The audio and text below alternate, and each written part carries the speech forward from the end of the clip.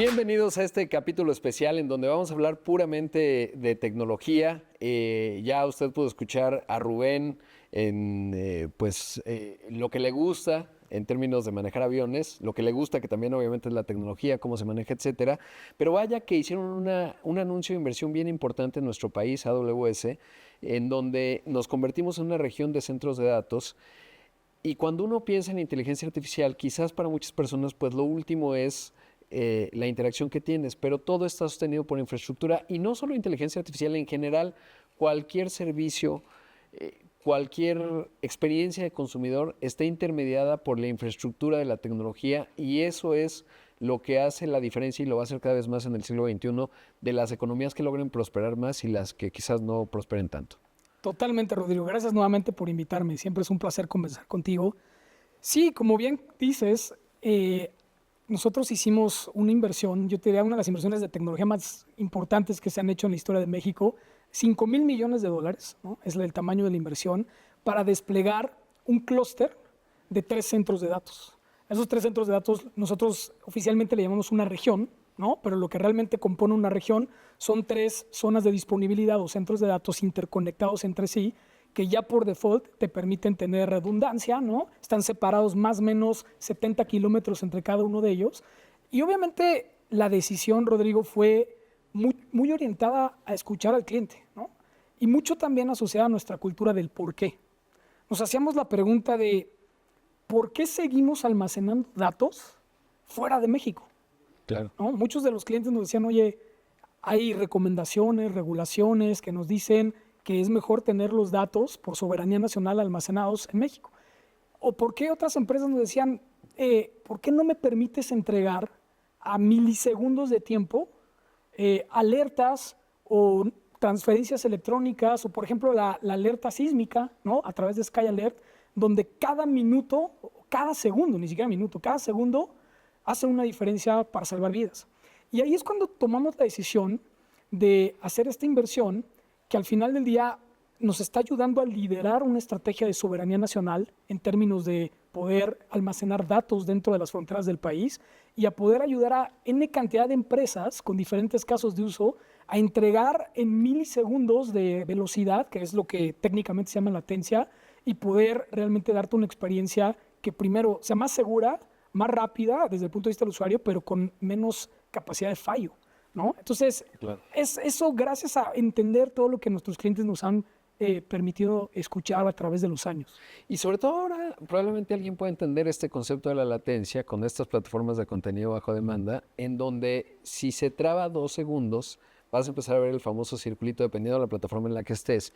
Y tiene que ver con eso, pero hay algo interesante, no es ningún secreto que pues Netflix, que es una de las plataformas de contenido bajo demanda más importantes a escala mundial, empezó con ustedes y tiene mucho sentido porque puedes crecer, digamos, la capacidad con respecto al ritmo de crecimiento que vas teniendo. Y en el mundo anterior, tú tenías que decir, oye, pues yo proyecto que voy a crecer tanto, entonces tengo que enterrar, digamos, en costo, tantos dólares en infraestructura para lograr, si calculé mal, pues estoy en un problema. Y una de las diferencias de este mundo del siglo XXI es que te da una posibilidad de escalar al ritmo que lo vayas desplegando y vayas llegando al mercado, ¿no? Y creo que ese es un gran diferenciador. Totalmente. El tema de costos es fundamental. Bien lo dices. No solo Netflix. Piensa en cualquier aplicación, como escuchar este mismo podcast a través de una plataforma de música, pedir un auto, como transportarte de un lugar a otro, el hacer videoconferencias, y luego llévalo a casos más importantes como por ejemplo la medicina,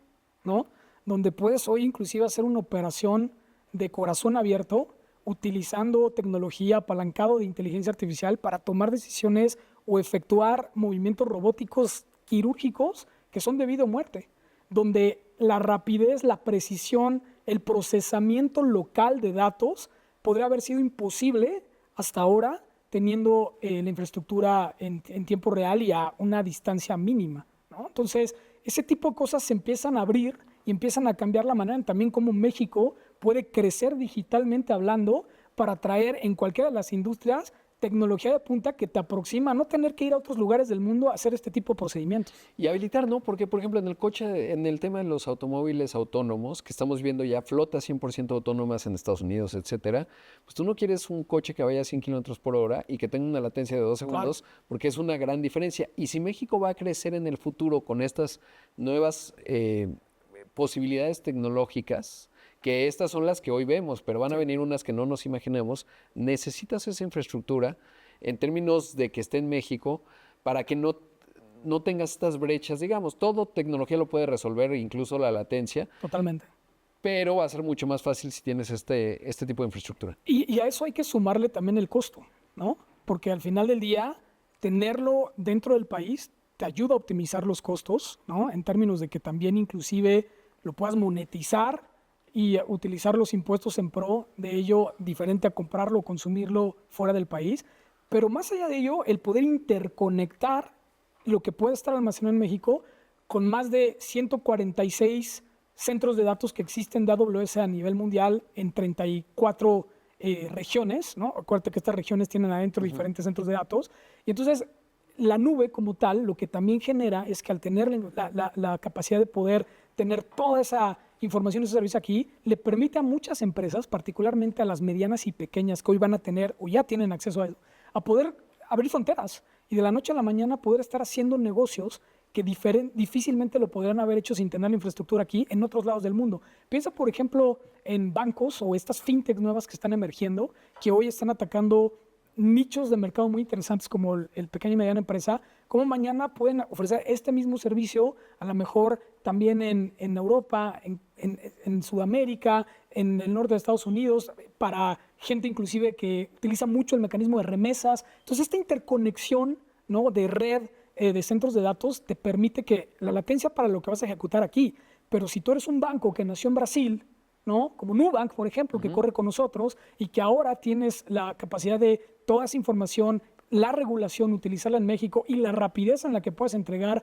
a tus usuarios, pues te permite prácticamente dar un giro completamente exponencialmente hablando. Y la operación, ¿no? Porque justo a ellos les dieron la licencia bancaria recientemente. Eso tiene una serie de cambios que uno, o supongo que ellos, pues dicen, primero, casi estoy seguro, digo, ya entrevistaría en algún momento a David Vélez o a alguno de ellos, pero si te piensas digital desde un origen, la gestión de datos que vas a hacer y las capacidades con las que puedes crecer va a ser muy distinto.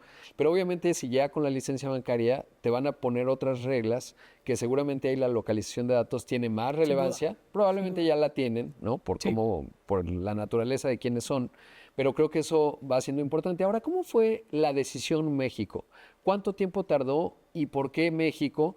Y hay otros jugadores, obviamente. Esto no es suma cero, es decir, la ganancia de uno no es la pérdida de otro, pero sí hay recursos limitados. Claro. Y obviamente que se haya hecho esta inversión y se está desplegando esta inversión en México es relevante. ¿Cómo fue convencer o cómo fue hacia adentro la parte México y sobre todo qué está viendo AWS en México para tomar esta decisión? Mira, este es un proyecto que lleva ya más de 5 años en planeación, desde que se escribió el primer documento en Amazon para poner sobre la mesa a Andy Jassy, que era el CEO de AWS en ese momento, ahora el CEO de todo Amazon, el poder priorizar una inversión de esta magnitud para México y cómo no solamente apalancaría el éxito de México, sino de América Latina y el mundo, ¿no? Y hubo que buscar muchos ejemplos muy particulares de clientes, primero locales, por supuesto, que nos decían, Rubén, no podemos hacer esto o crecer en esta magnitud si no nos ayudan a tener estos servicios localmente o esta latencia o esta soberanía de datos en cualquiera de las industrias. Pero inclusive clientes externos. Piensa, por ejemplo, en la industria de videojuegos. Por increíble que parezca, México es el segundo país a nivel mundial que más consume videojuegos. No sabía, ¿no? wow. Y te imaginarás que muchos de estos videojuegos como Fortnite o varios de Electronic Arts corren en la plataforma de Amazon Web Services dentro de la nube. Entonces, también había que entender qué tipo de casos de uso como como el mismo Netflix, tenían todo el sentido de poder utilizar y apalancar infraestructura local por la demanda existente de ese tipo de industrias. Entonces es un conjunto de lo que nosotros veíamos en términos de las industrias mexicanas, con también el apalancar industrias de cualquier otra parte del mundo que benefician de forma importante a México y a América Latina. Y que más en México tenemos empresas globales, ¿no? Obviamente claro. están los Bimbo, en fin, muchos jugadores que o están en etapa creciendo y a lo mejor están en América Latina o región Norteamérica, y hay otros que ya son plenamente globales. Y la escalabilidad creo que puede ser importante, ¿no? Porque si tú tienes esta infraestructura, pues ya no tienes fricción en el crecimiento a la hora de ir a otros porque ya hay un know-how, etcétera, ¿no? Y por la naturaleza del cómputo, digamos, pues suele ser más horizontal o pensaría que hay menos fricción.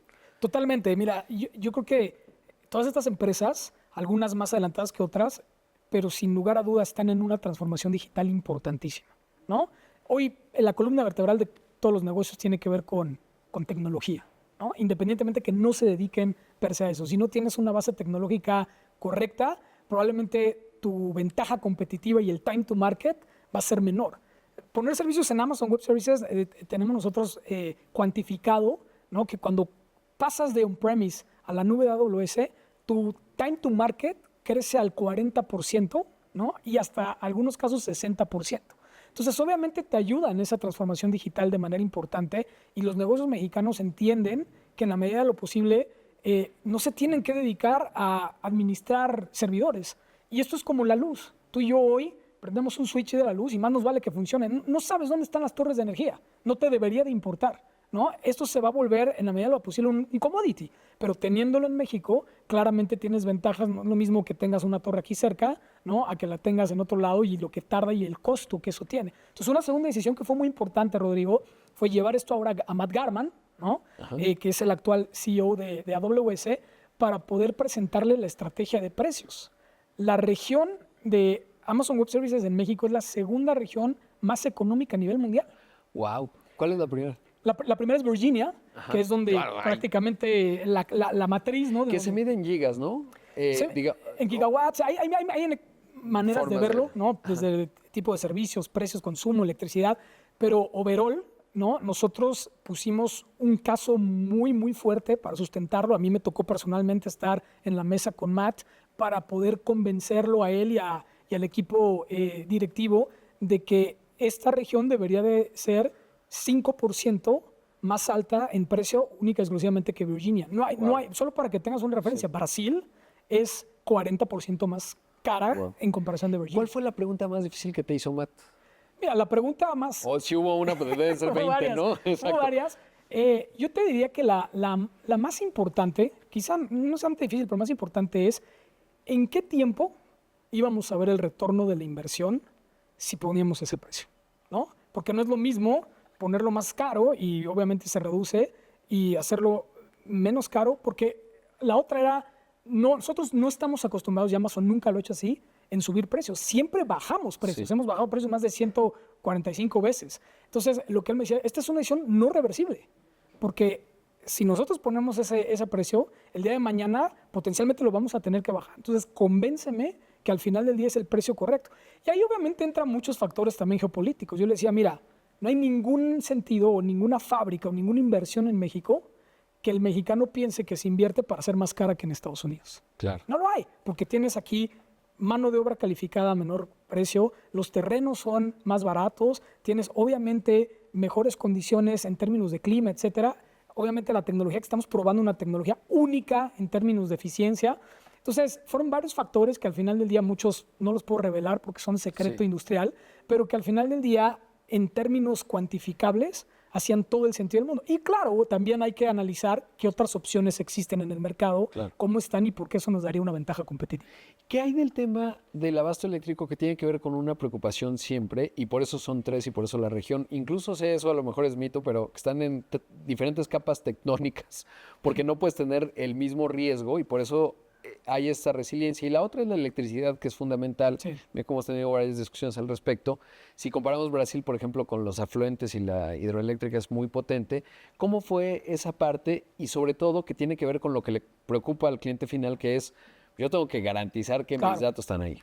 Fue muy planeada con, te digo, alrededor de 5 años de anticipación. Trabajamos con diferentes gobiernos en ver cómo eso lo íbamos a poder llevar a cabo de manera correcta. Nosotros nunca anunciamos nada, ¿no?, sin estar seguros de que vamos a garantizar la experiencia clara con el cliente. Por eso es que cuando lo anunciamos en el 2024, ¿no? Sabíamos perfectamente que todo estaba listo y casi en fase final para prender el switch en 2025. Fácil no fue, sin duda alguna, pero como bien dices, ¿no? Entender desde el punto de vista técnico cómo garantizar la redundancia, la electricidad, toda la propiedad intelectual de estos centros de datos para además ser muy eficientes desde el punto de vista sustentable, ¿no? Utilizar mucho desde el punto de vista energético versus agua. Nos preocupaba mucho que Querétaro, ¿no? Es un estado en el cual la escasez de agua es importante. Entonces, desde ahí también planeamos cómo vamos a hacer nuevos diseños de centros de datos que puedan después apalancarse y replicarse en otros lados del mundo. Nos enorgullece decir que México es una propuesta nueva de centros de datos de Amazon Web Services que se está empezando a replicar en diferentes lugares del mundo donde el uso de agua es prácticamente nulo. Wow, ¿cómo funciona eso? Porque he visto que hay, obviamente, los GPUs, que son el corazón, pues hay ya enfriamiento con agua, ¿no? Y me ha tocado observarlos, etcétera. AWS tiene sus propios GPUs, obviamente están los de NVIDIA, en fin, son varios. ¿Cómo funciona esa parte? Porque no sabes, para mí, además, quiero agregar un dato cultural. Ahora estoy leyendo un libro que se llama How to Feed the World.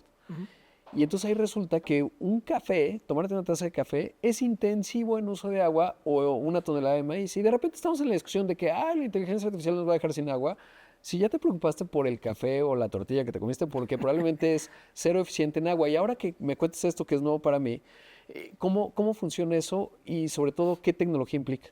Mira, la tecnología, me puedo ir muy técnico y otra vez hay secretos industriales que son secretos industriales, pero de manera muy básica y a 10,000 pies de altura, el agua que utilizamos en estos centros de datos es equivalente a 5 casas de tamaño promedio, lo que utilizarían en Querétaro, piénsalo así, en un año, ¿no?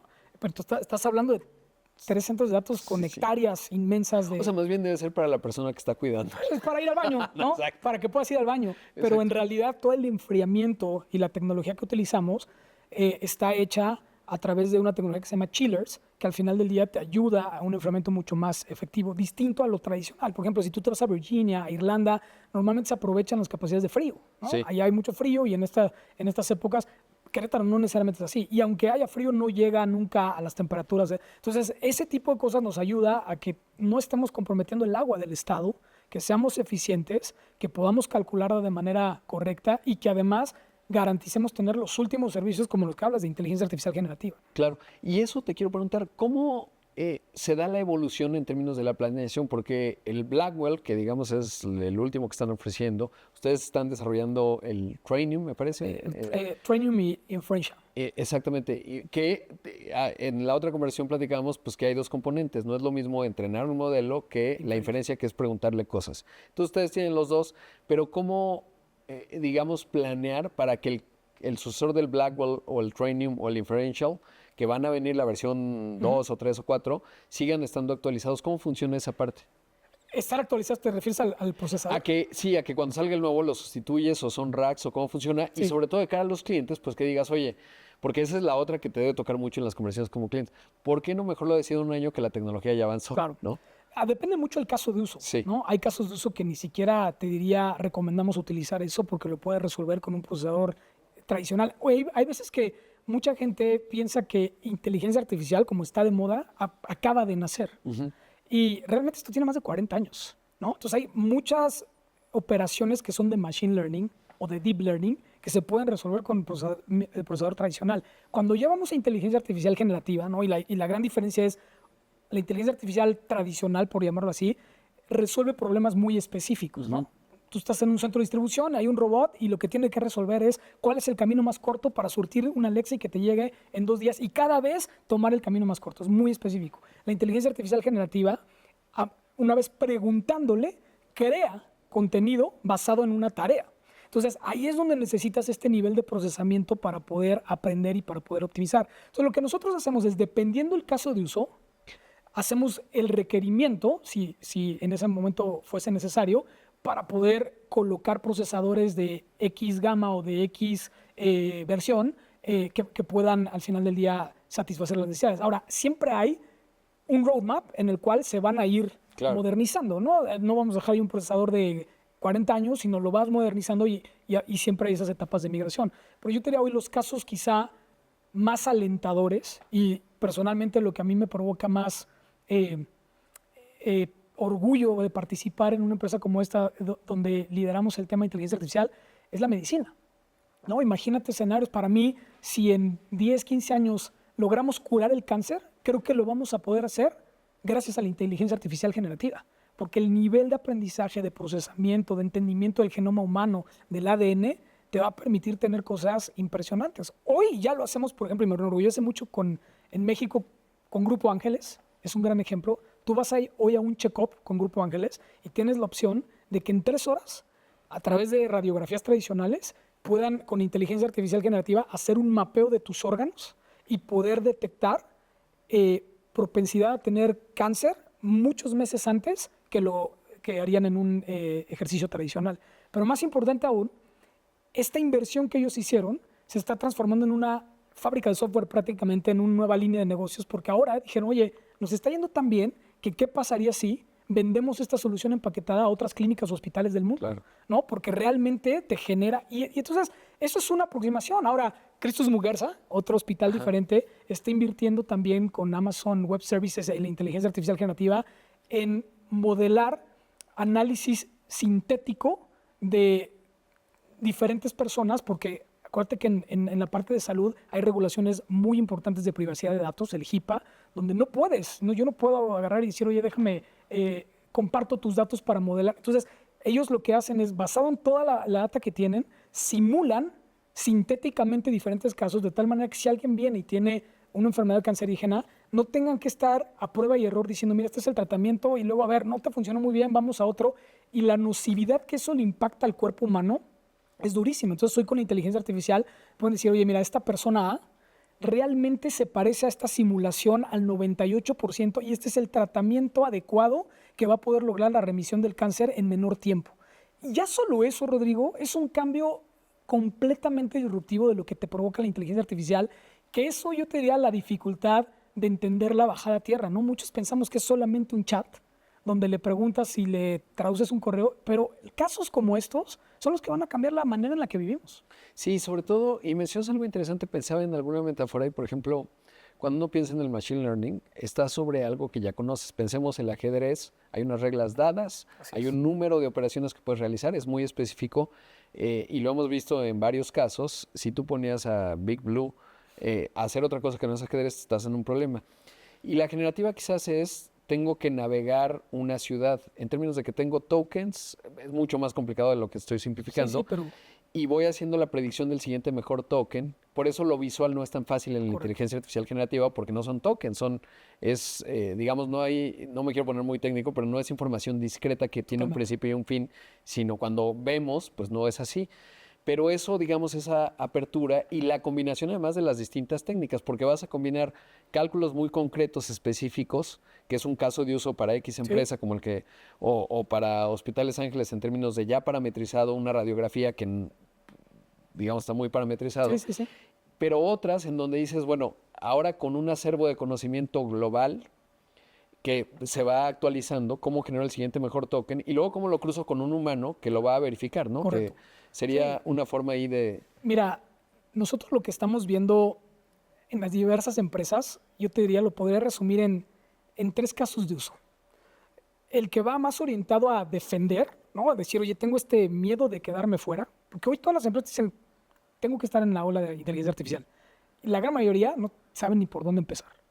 Y dependiendo del tamaño y dependiendo de los recursos, muchas dicen, no me quiero quedar fuera y optan por una estrategia de defensa, donde lo que significa es optimizar procesos que tienen un retorno al empleado. A lo mejor, en vez de contratar una agencia de marketing, hacen su propia estrategia de marketing ya con inteligencia artificial generativa y ahorran dólares para producir contenido de imágenes, video, etcétera, ¿no? Otra puede ser el mismo call center. Muchas están automatizando sus call centers para poder hacerlos de manera más inteligente. Y más allá de que tú sientas que te está hablando una persona, la inteligencia que hay detrás de eso para entender si la llamada fue efectiva, el sentimiento que tenía la persona, en cuánto tiempo lo resolviste, cómo poder mejorar. Eso al final te da un retorno al empleado. Hay otras que dicen, oye, yo quiero invertir más y quiero tener un claro retorno a la inversión, y es cómo extender o diferenciar un proceso que ya existía, pero hacerlo mucho mejor, como el que te acabo de comentar de Grupo Ángeles, ¿no? Que además se empieza a generar una nueva oportunidad de negocio. Y hay algunos pocos que realmente lo están viendo más como un retorno al futuro, que son aquellos que van a disrumpir la industria y que van a crear nuevos modelos de negocio, nuevos productos, nuevos servicios, y que el retorno no es en el corto plazo, pero es en el futuro.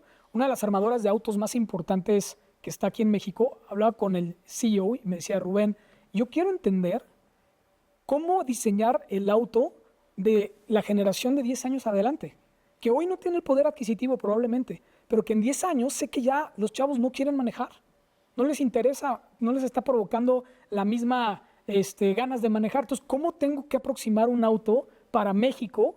Y quiero que me ayudes a través de modelos de inteligencia artificial generativa.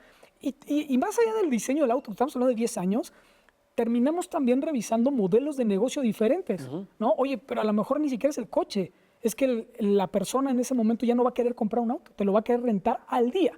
Y sin importar que esté asegurado o no, tendría que estar, que no haya mantenimientos, y que si yo viajo de aquí a Monterrey me baje del avión y que en el estacionamiento esté mi mismo auto en ese momento, ¿no? Y similar, para que yo haga mis tareas. Y si mañana te quiero cancelar, no estoy en un programa de leasing ni mucho menos, sino es realmente as a service. Entonces, ese tipo de cosas, Rodrigo, son las que hoy la inteligencia artificial en diferentes aproximaciones, yo le llamo diferentes portafolios, diferentes resultados. Hay que entender dónde estás tú hoy, dónde quieres invertir, dependiendo de ese caso de uso, cuál es el retorno, si es para el empleado, si es para la inversión o si es para el futuro.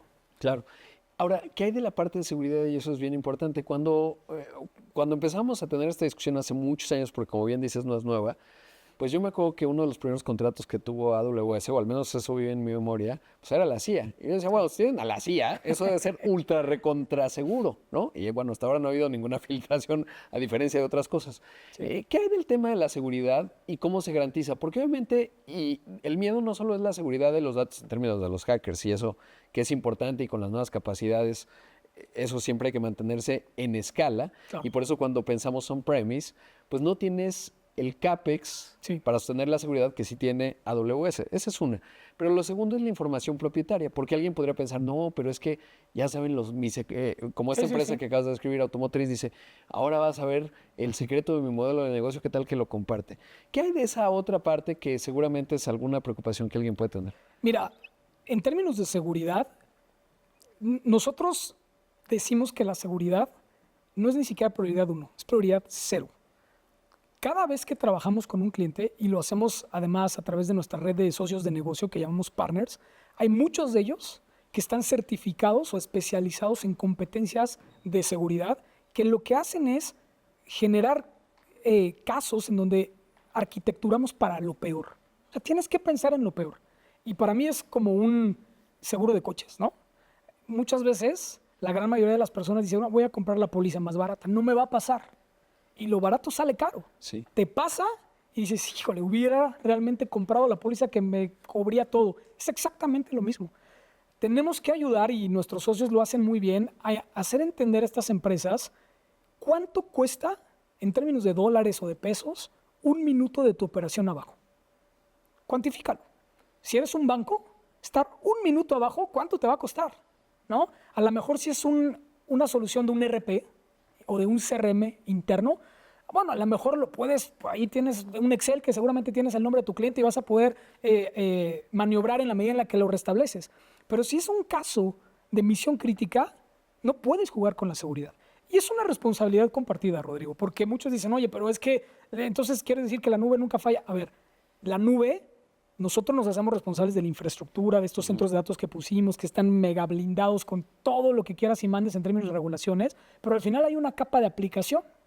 Entonces, si tú eres un banco, por ejemplo, o eres una empresa de consumo, esa aplicación no la desarrollo yo, la desarrollas tú. Y si tú no tienes las prácticas correctas para desarrollarla, pues claramente alguien puede encontrar la vulnerabilidad y filtrarse por ahí. Y ahí es donde los socios de negocio o nuestros partners hacen todo el sentido del mundo, porque hay partners que se dedican a desarrollar también esas aplicaciones y todo certificado con las mejores prácticas para poder decir, mira, si quieres desarrollar un sistema de e-commerce o un sistema de transacción, esta es la manera en la que tienes que hacerlo, esta es la mínima redundancia que deberías de tener. Y la otra parte, porque sé que incluso jugadores de comercio electrónico están con ustedes, o sea que claro, ¿no? De repente tú piensas y dirías, pero mis datos y el secreto de mis datos, bueno, pues ahí hay una prueba muy obvia, ¿no? Mira, simplemente piensa en Netflix y Amazon Prime Video, Exacto. ¿no? Piensa en Mercado Libre, Sí. ¿no? Es una grandiosa empresa que sin secreto de nadie compite contra Amazon.com y hace todo su procesamiento con Amazon Web Services. Entonces, eso es un mito porque además todos los datos vienen encriptados.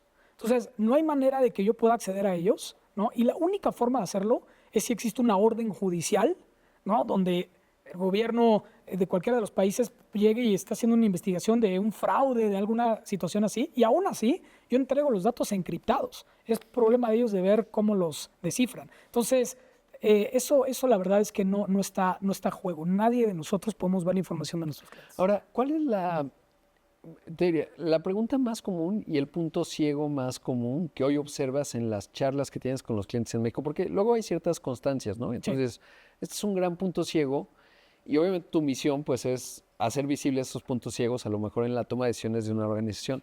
¿Cuál es ese punto ciego? Porque habrá alguien que no va a tener el privilegio de tener una junta contigo, a lo mejor está en proceso y ya le podemos adelantar algo. ¿Cuál sería eso? Mira, yo creo que el punto ciego es que cuando hablas de este tipo de tecnologías disruptivas, estos líderes, que no necesariamente son el CIO ni el CTO, porque es importante entender que esto de la inteligencia artificial y los productos de tecnología nacen en cualquier otro tipo de disciplinas, recursos humanos, financieros, operaciones, el que tú me digas y mandes, marketing, piensan que hablar de esto tiene que ser comerte el pastel de principio a fin rápido. Y entonces empiezan a pensar que es realmente costoso, realmente laborioso, y dicen, ¿sabes qué? No tengo el dinero, no tengo el esfuerzo, y lo voy a dejar a un lado. Y ahí es cuando yo les digo, mira, hay que pensar en grande, pero hay que empezar pequeño. No te vayas a querer mover un core bancario de la noche a la mañana, cuando puedes empezar con una prueba de concepto pequeña, a lo mejor de un aplicativo que rápidamente te haga ver cómo tus usuarios van a tener un beneficio que al final del día se traduce en un retorno para ti. Entonces, empecemos con casos de uso pequeños que te vayan convenciendo, que vayas entendiendo de qué se trata y en la medida en la que vamos abriendo posibilidades vas comiéndote ese pastel. Pero casi todos piensan que es, ¿sabes qué? Tengo que ir y entonces mejor lo despriorizo porque no tengo ni el tiempo ni el dinero y no me va a pasar. Claro. ¿Y cuál sería un caso que puedas o que podamos ver en términos que ha empezado pequeño y que luego se hizo grande y que tuvo la escalabilidad? Híjole, yo creo que hay muchos, pero uno recientemente que me encanta es el de Price Travel, ¿no? Esta compañía de viajes que, por ejemplo, ellos tenían esta aproximación de poder hiperpersonalizar para sus clientes, ¿no? El poder lograr que te llegue un correo electrónico y te diga, oye, Rodrigo, tú has viajado a estos lugares del mundo o de México y basado en toda esta manera en la que tú viajas y cómo gastas, te recomiendo hacia los próximos años o el próximo año este tipo de viajes con cierto tipo de descuentos. Y hacer eso era gastar un montón en términos de inteligencia, entendimiento, agencias de marketing. Hoy a través de Amazon Nova, que es una nueva propuesta, un modelo fundacional creado por Amazon, lo acaban de hacer para este particular caso de uso, logrando tener como retorno $700 mil millones. O sea, $700 mil millones, que lo cual es realmente $700 mil millones, que es obviamente algo absurdo, ¿no? Que con algo que si tú entiendes lo que gastan en términos de la facturación es mínimo. Entonces, hoy empezaron con ese pequeño caso, ¿no? Y hoy están empezando a vislumbrar cómo, por ejemplo, su call center, ¿no? Como por ejemplo optimización en términos de migración de servidores completamente a la nube de AWS o cómo inclusive el empezar a ejecutar agentes puede ayudarlos a transformar la industria de reservación de viajes. Claro, porque por ejemplo me contabas tú como director general de AWS el tema de el tiempo que dejas de perder en la filtración de correos y la eficiencia automática de redireccionarlos, que es un caso muy concreto y muy básico, pero que finalmente en el tiempo, digamos, si yo analizo cuál es tu compensación, pues ese tiempo que ahorré vale un montón de dinero, ¿no? Y cuando lo ves y lo multiplicas por ejemplo, gente que está en el punto de venta, claro, digamos, los ahorros son importantes. Ahora, déjame corregir, son $700 mil, no millones. 700, sí, sí. Que después de cambios, miles de millones, $700 mil. Y luego nos pasa, sí. Y cómo ha evolucionado en estos años la discusión en términos de porque normalmente de repente dicen, pues habla con el CTO o el CIO. Y cada vez más, y creo que este miedo de quedarse afuera o el FOMO, el FOMO, pues hace que llegue el CEO que a lo mejor no tiene la visibilidad técnica y se le ocurren saltos muy extraordinarios. ¿Cómo están tus juntas en esa parte? Y en esa necesidad, porque creo que además puede resultar muy útil para los que están escuchando y viendo este podcast, ¿cuál es el nivel de visibilidad que tiene que tener alguien que está en un lugar de decisión para ver la tecnología y cómo ha evolucionado la parte de CTOs y CIOs a hablar con el gran estratega o la gran estratega, obviamente? Mira, yo te diría que en los últimos 10 años ha habido una evolución grandísima donde antes el CIO o el CTO era el protagonista de la innovación tecnológica, ¿no? Hoy, sin lugar a duda, el protagonista es cualquier directivo o cualquier área de negocios, no necesariamente la de tecnología. De hecho, estudios de IDC, por ejemplo, nos dicen que en México y en América Latina, el 41% de las decisiones, particularmente de inteligencia artificial generativa, no vienen del CIO, no vienen del CTO, vienen de lo que se llama el CXO, de cualquier otra función, ¿no? Y entonces ha habido cosas muy interesantes porque antes yo te diría que esta inversión tecnológica era un mal necesario. Necesitabas la tecnología cuantificable, era bien difícil de llevarla a un retorno de inversión, o sea, necesitabas tener servidores, licenciamiento, pero cuando lo veías en el estado de resultados, difícilmente podías cuantificar que esto daba retorno de inversión, pero lo necesitabas, era esa columna vertebral. Hoy, en cualquiera de las empresas que yo voy, se cuestiona perfectamente cuál es el retorno de la inversión de eso que estás poniendo sobre la mesa en tu empresa. Entonces, mucho de lo que he visto es que el CIO empieza a reportar al CFO. Es muy interesante porque hoy veo muchas empresas donde el CFO cada vez tiene más protagonismo en la decisión tecnológica, apalancado el CIO, porque necesita cuantificar en los libros que realmente esto está redituando de manera positiva, ¿no? Entonces, ese es un gran cambio. Y luego el CTO, porque muchos me preguntan, oye, ¿cuál es la diferencia del CIO con el CTO? Claro. No, el CIO es más esta persona que se enfoca a administrar y gobernar la tecnología internamente para que funcione de manera óptima, segura y obviamente con inversión de retorno positiva. Y el CTO es aquel visionario, aquel que realmente está pensando 5, 10, 15 años hacia adelante en la estrategia tecnológica y que va a tener la ventaja competitiva clara para poder llevar el time to market del negocio de manera correcta. Entonces, claramente el CTO tiene que ser abierto a entender que él no va a tomar la decisión, la va a tomar el negocio en las diferentes áreas que existen, apalancada de un governance tecnológico visionario. Entonces, ese cambio es ahora súper visible, pero lo más interesante es cómo el CFO toma protagonismo directo en las decisiones de tecnología. Sí. Y se tiene que ir metiendo cada vez más a entender de qué va, ¿no? Y toda la, o digamos, no sé, no hay un caso específico, pero qué tanto, lo que sí es específico es que todos vamos y estamos utilizando tecnología. ¿Cuál puede ser la estructura? Es decir, todos sí deberían tener un CTO, porque hay muchas empresas, yo conozco algunas, que a lo mejor tienen al CIO, pero no tienen al CTO, no tienen la visión. Y de repente, además, pues no hemos llegado como el CFO, pues es el que despliega el CAPEX, pero el CEO también tiene que decir, claro. Llega el CFO y le dice, ¿y esto? ¿No? Claro. Y entonces ahí, ¿cuál es la estructura? Si es que puede haber alguna transversal. Mira, es bien complicado y diferente. Por ejemplo, en un startup, yo te diría, ¿no? Prácticamente los founders se vuelven CTOs, sí. ¿No? Son los visionarios de lo que están viendo, independientemente que no es una empresa tecnológica. El punto de partida tiene que ver con tecnología, ¿no? De una startup hoy en día. En una empresa corporativa grande, sin duda alguna debería estar. Y no todos lo tienen. Sí. Y ahí este es el gran error que dices, oye, ¿y tu CTO? No, pero es mi CIO. No, pero tu CTO. Y entonces hemos tenido discusiones muy interesantes de decir, mira, lo que te está faltando es realmente tener un CTO, porque estás tratando al CIO como CTO.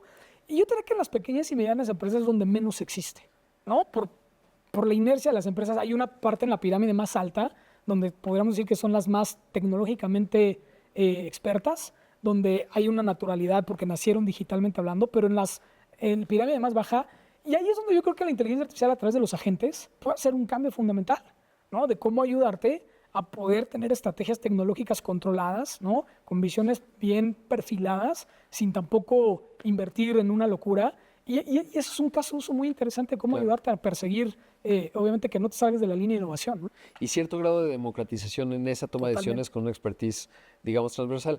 Ahora, otro componente importante es la cultura. Sin duda. Porque además, y depende con quién hay que lidiar y quién va a implantar el cambio en una empresa, si es el CIO y era el CTO al mismo tiempo, es que uno es más custodio de la tecnología y la seguridad y otro más de la visión, y por eso es que no es buena idea, porque este tiene incentivos.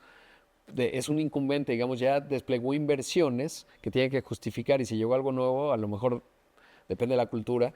Y luego hay otra parte en donde dicen, no, pues nos van a recortar a todos, ¿no? Que es muy común ahora en esta etapa, ¿no? Llega la tecnología y dices, no, ya llegó, va a recortar. ¿Cómo es la parte de cultura y cómo empatar? Cada empresa tiene su propia cultura, eso es obvio, pero ¿cómo empatar, sobre todo cuando tienes cambios tecnológicos cada vez más avanzados que incluso pueden resultar shock para muchas empresas y tomadores de decisiones? Yo creo que por eso la cultura es más importante aún que la estrategia tecnológica. Si no tienes un convencimiento cultural de transformación digital, lo demás fracasa. Entonces, muchas veces hay muchas veces que el nivel medio de mando está súper convencido, pero la parte de arriba, el directiva, inclusive el board, no lo está. De hecho, muchos boards, por increíble que parezca, no tienen a nadie supervisando la estrategia y la visión tecnológica. Todos dicen que saben, pero no hay una figura particular que diga, oye, cuidado. Hay algunos, pero la gran mayoría no tiene. Entonces, tendrá que ver, me voy a hacer la edad promedio, porque cuando uno revisa los consejos, unos muy jóvenes necesariamente, ¿no? Y quizás ahí, y es, digamos, porque espero que algunos que escuchen y vean este contenido digan, sí, es buena idea, ¿no? Porque generacionalmente sí hay diferencias a veces. Sin duda, sin duda. Hay gente muy brillante en todos y la experiencia vale un montón, pero sí, pues quizás esto que es muy común en los consejos es por la edad. Totalmente de acuerdo. Yo tengo una gran ilusión de que muchas de estas empresas mexicanas, que es también la inercia, ¿no? Obviamente de las decisiones de muchos años, los nietos están empezando a tomar auge en las decisiones de estos corporativos gigantescos en México.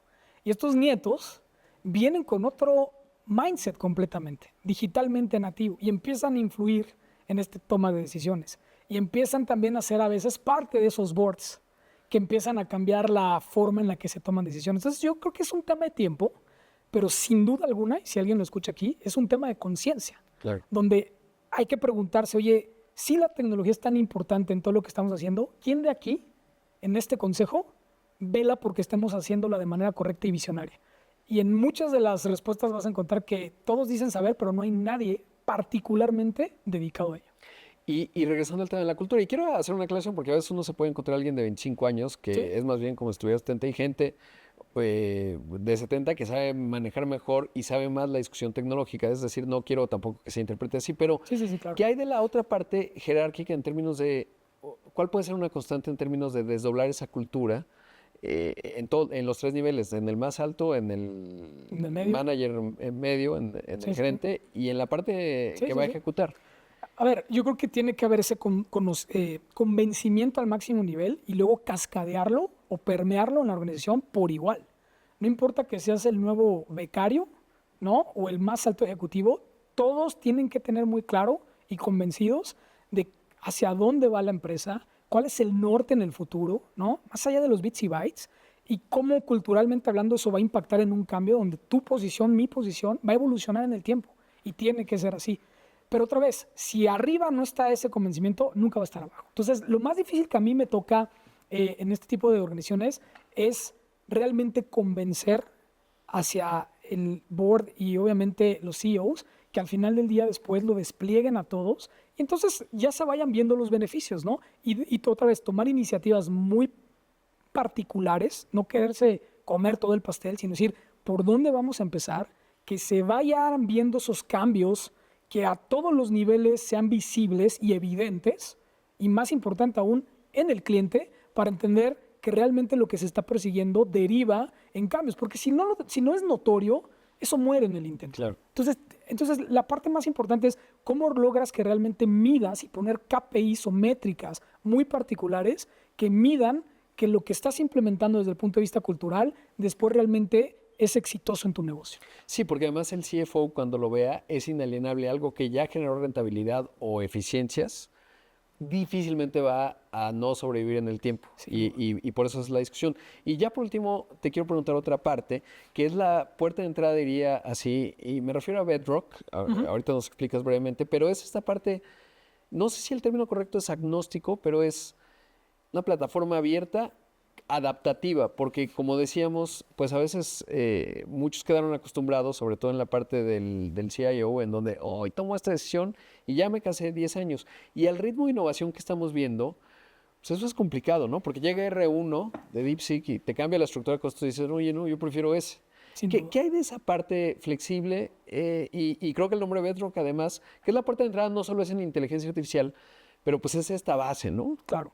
Mira, nosotros siempre hemos creído en Amazon Web Services que el tener selección y profundidad es lo que hace que el cliente pueda realmente innovar, ¿no? Entonces, desde la plataforma que hoy tenemos, que tiene más de 280 servicios y dentro de ellos tiene cantidad de características, desde el punto de vista de inteligencia artificial pensamos lo mismo. Yo personalmente te diría, remontémonos a los años 90, ¿no? Donde probablemente pensaríamos que Yahoo iba a ser la única plataforma de búsqueda, o que Netscape iba a ser el rey en el buscador de Internet. Hoy, fast forward, estamos completamente en otro momento. Entonces, cuando un CTO, un CEO me pregunta, oye Rubén, ¿pero por qué? O sea, ¿por qué Bedrock? Yo le diría, mira, no te cases en la adolescencia. ¿No? Claro. No te cases en la adolescencia. Esto está en pañales y apenas comienza. Y Bedrock lo que te propone es un hub, ¿no? Donde al final del día tienes diversos lenguajes fundacionales, no hay uno solo. Está el de Meta, por ejemplo, que se llama Llama, está el de AI21 Labs, está el de Anthropic y las diferentes Claude, Soneta, Opus, etcétera. En fin, y lo que nosotros pensamos es que dependiendo del caso de uso, que es verdaderamente lo importante, tú vas a necesitar un lenguaje que sea más óptimo. No es lo mismo procesar imágenes o video que procesar texto, que crear enzimas o refinar temas en términos de salud. Y lo más interesante es que tu propuesta puede interactuar entre varios lenguajes fundacionales y enriquecerse. Por ejemplo, si tú quieres hacer un comercio electrónico nuevo, hoy tú puedes agarrar en Bedrock un lenguaje que se llama Titan, que es el mismo que utilizamos en Amazon.com. No tendrías por qué reinventar la rueda. Utilizas el que ya usa Amazon.com, pero lo metes dentro de unas barreras de seguridad en tu red privada, ¿no? Para que todo lo que aprenda nuevo de tu empresa no esté expuesto en Internet, ¿no? Y es un poco lo que hablábamos de la dificultad de seguridad. Entonces, pero tú no reinventas la rueda. Y eso es la propuesta de Bedrock, el poder utilizar algunos que hace Amazon como Nova, algunos que hacen otras propuestas, interactuar entre sí y poder tener selección y profundidad dependiendo de tu caso de uso. Pues es extraordinario, Rubén, una gran conversación. Espero que haya resultado muy útil para los que nos han visto, sobre todo porque pues ya es una conversación mucho más aterrizada, digamos, más allá de esto que mencionas, que es muy emblemático en términos de, pues te quieres comer el gran pastel y dónde está mi robot humano, ¿no? Claro. Y antes de eso hay un montón de pasos que hay que dar y empezar a hacer casos de uso que vayan siendo rentables, pero sobre todo, y de verdad que qué bueno, porque a mí me dio mucho gusto cuando se anunció la inversión en México, porque el nombre del juego es como estás en el siglo XIX y dices, ahora ya tendremos vías del tren. Es Claro. la base que va a permitir que la economía prospere Por supuesto. y que las empresas, obviamente, mexicanas lo hagan. Eso es importante, Rodrigo, el impacto económico de esto, ¿no? Nosotros estamos pronosticando que esta inversión de $5,000 millones tenga un impacto de 10.1 mil millones, ahora sí 1,000 millones, Sí, sí. de impacto en el Producto Interno Bruto en los próximos 15 años. Y anualmente estamos calculando que podamos ayudar a crear alrededor de 7,000 empleos que provienen de esto. Y esto añade el efecto multiplicador de nuestros socios de negocio, que es esta red de partners que van a estar contigo alrededor de los próximos episodios, que también emplean gente y que se especializan de manera muy particular para ayudar a todas las empresas a resolver problemas donde no necesariamente son expertos, ¿no? Y lo hablamos tú y yo en el podcast pasado. Cuando tienes un piloto y maneja el avión y hay alguna turbulencia, tú no te deberías de preocupar de lo que haga ese piloto. Sí, sí. Él es experto. Esos son nuestros partners. Nuestros partners se especializan de tal manera que tú puedas continuar enfocándote en tu negocio y tengas expertos en seguridad, en la parte financiera, en migraciones, en RPs, en lo que tú quieras, en inteligencia artificial generativa, que te permitan continuar tomando las decisiones y que delegues expertos lo que realmente saben hacer con la tecnología de AWS. Claro, no todos tendremos que aprender a volar un avión. Gracias, Rubén, una gran conversación. Gracias. Gracias y síganos acompañando porque esta es una conversación que apenas va empezando.